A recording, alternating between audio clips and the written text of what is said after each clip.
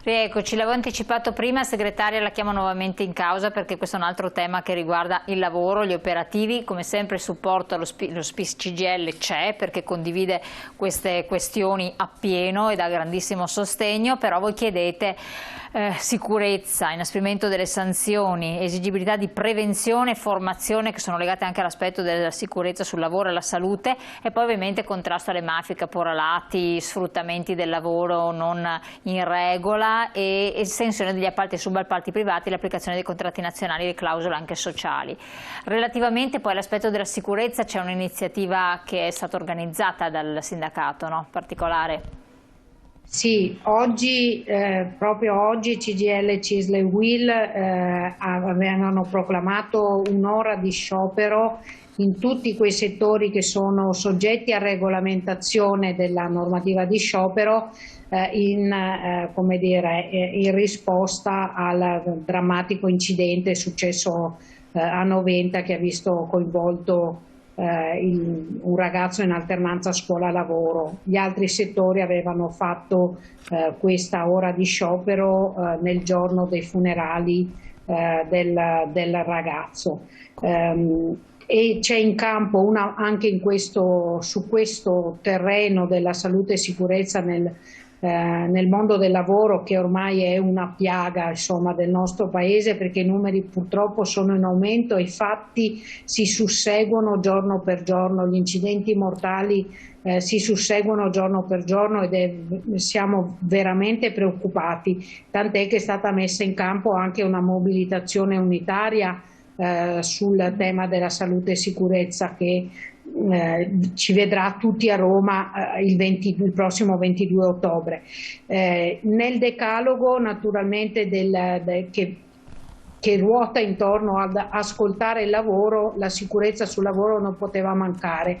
Quali sono le risposte? La prima è sicuramente l'applicazione dei contratti collettivi di lavoro nazionali siglati dalle organizzazioni maggiormente rappresentative, dalle confederazioni, perché dentro quei contratti ci sono sempre regole che attengono alla salute e sicurezza del mondo del lavoro e che devono essere rispettati. Dove c'è l'elusione contrattuale c'è spesso lo sfruttamento, quasi sempre lo sfruttamento lavorativo, c'è il caporalato, c'è il lavoro nero, c'è l'appalto e subappalto irregolare, c'è maggiore insicurezza da tutti i punti di vista. Allora, applicazione dei contratti è secondo noi la prima tutela.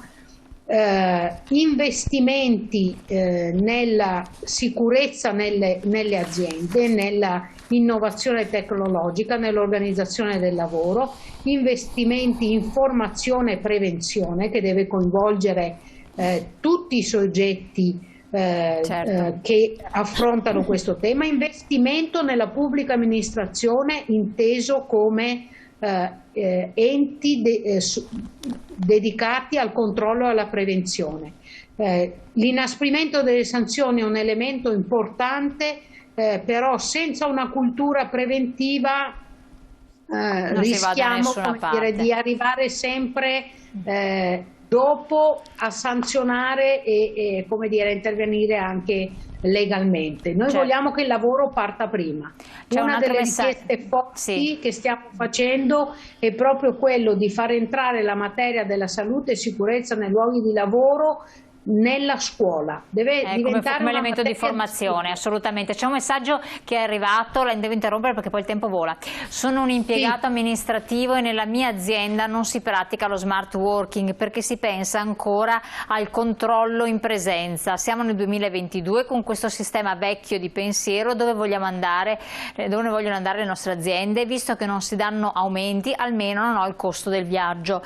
Questo tra l'altro è un tema ricorrente perché c'è chi è favorevole allo smart working, chi invece proprio no, per varie ragioni. Indicherebbe uno di quei passaggi abbastanza importanti, cioè dove uno lo desidera fare dovrebbe poterlo fare al limite un paio di volte a settimana, 2 o 3, adesso immagino chi magari ha delle esigenze specifiche, oppure andare al lavoro tutti i giorni magari perché non vuole andare a casa, non vuole riscaldare e spendere il riscaldamento di energia elettrica, che vada pure al lavoro. Però effettivamente potrebbe essere un passaggio di cambiamento, alcune aziende l'hanno fatto, altre proprio no. È la sindrome del controllo tipica veneta. C'è sicuramente una sindrome del controllo, c'è anche una sindrome alla resistenza all'innovazione, all'investimento nell'innovazione, nel cambiamento che investe complessivamente il sistema produttivo della nostra regione e del nostro paese. Allora, è un'organizzazione del lavoro differente, lo smart working, che richiede investimenti nella tecnologia, negli strumenti, richiede investimenti anche nella formazione, nel come si affronta il lavoro, ed è un mondo che pensavamo che la pandemia ci ha sicuramente fatto fare dei grossi passi avanti nella nostra capacità di gestione e controllo, ma la tendenza a tornare al passato, come dire, è ritornata fuori. Domina il vecchio, è un salto culturale da parte di tutti, anche del mondo imprenditoriale. Assolutamente.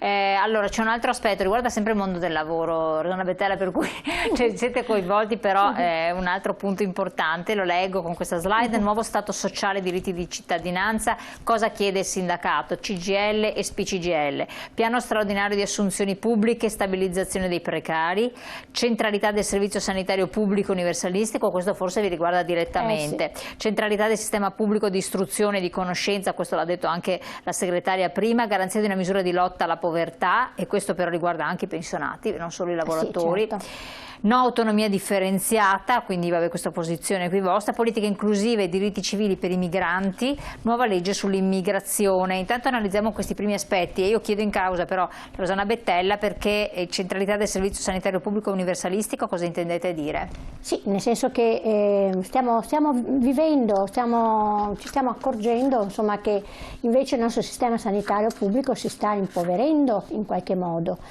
C'è carenza di medici di medicina generale, c'è fuga di medici dagli ospedali e anche di altro personale sanitario, e sta veramente succedendo qualcosa che forse non era stato previsto. La pandemia ha senz'altro lavorato e messo in evidenza anche le difficoltà, no, del nostro sistema sanitario. Chiedo anche la slide successiva, perché questo agganciandosi a quanto sta dicendo ci fa capire l'ulteriore richiesta da parte dei pensionati. Cioè voi chiediamo di ricostruire il sistema previdenziale pubblico, solidaristico ed equo, e questo ci sta. Pensione contributiva di garanzia, adesso magari ce la spiega, riconoscimento dei lavori gravosi e quello di lavoro di cura delle donne, poi flessibilità in uscita dai 62 anni o con 41 anni di contributi. Prego. Sì, nel senso che, come dicevo, il sistema sanitario va assolutamente rifinanziato in maniera adeguata, c'è il rischio invece di un sottofinanziamento ancora. C'è tutto il tempo, perché insomma con l'allungamento della vita aumentano anche le malattie croniche, per quanto riguarda gli anziani. Ecco, qua non vedo, ma forse è una dimenticanza, quello che invece ci attendiamo che trovi luce è la riforma sulla non autosufficienza, è una legge sulla non autosufficienza.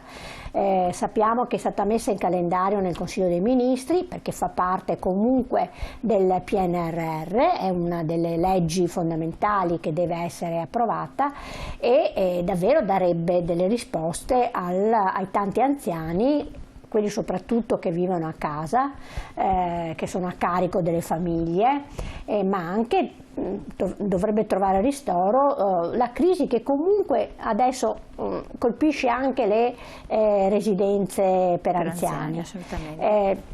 C'è un gran fermento, grande discussione anche sui giornali, no? E sulle TV, con i costi energetici tutti quanti entrano davvero in crisi, e in più con il riaffacciarsi anche della pandemia, perché non è mica finita quella questione, ci sono contagi in rialzo, già leggevo di alcune case di riposo che hanno dovuto isolare reparti e quindi isolare ancora gli ospiti. Certo, però sempre per tutelarli. Leggo appunto il messaggio che è arrivato, che così se no dopo mi dimentico anche di leggerlo, vediamo che cosa c'è scritto. La forbice tra povero e ricco si amplia sempre di più, le lotte sociali della sinistra sono sparite perché il suo unico scopo negli ultimi 20 anni era solo quello di stare al governo facendo alleanze incomprensibili.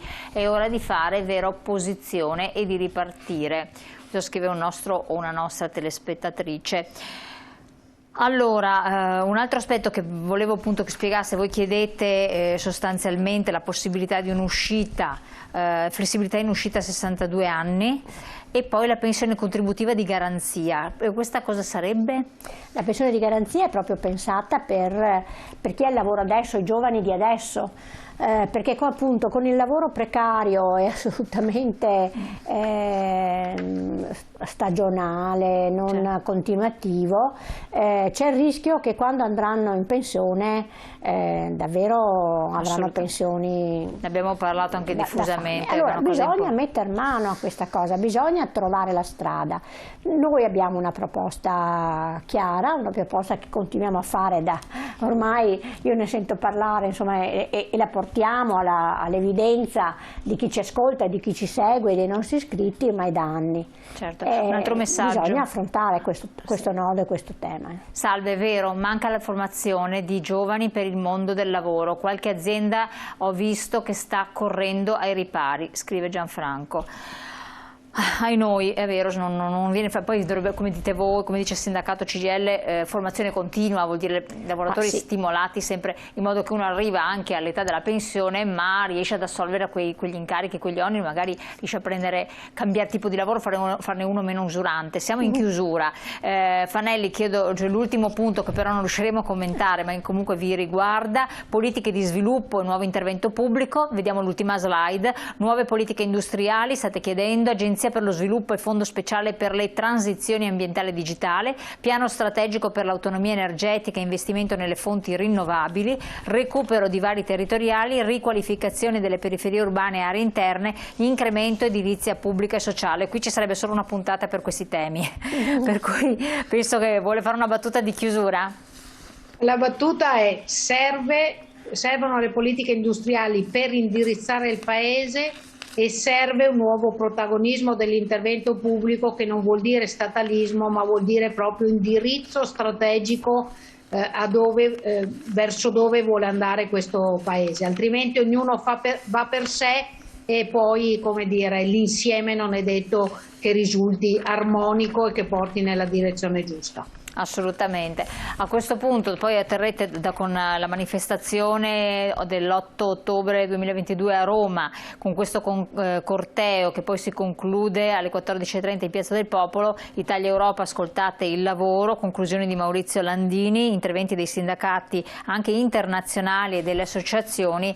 Solleciterete, immagino, una risposta al governo che verrà. Al governo e anche all'Europa, perché è importante, siamo in Europa e molte risposte devono essere congiunte, sinergiche tra nazionali ed internazionali. Grazie segretaria di essere state con noi, grazie a Rosanna Bettella naturalmente che ci ha supportato per tutto quello che sono le istanze e le richieste da parte dei pensionati, ne abbiamo parlato più e più volte, vanno ribadite questa volta a livello veramente unitario del sindacato e noi ci rivedremo, riaffronteremo magari questi temi perché ogni tema per il quale voi manifestate richiederebbe un capitolo a sé stante di approfondimento, per cui sarà necessario. Io vi ringrazio e ringrazio anche le nostre ospiti, la puntata la potete rivedere in replica sul sito internet. Grazie. Grazie e buon. Arrivederci.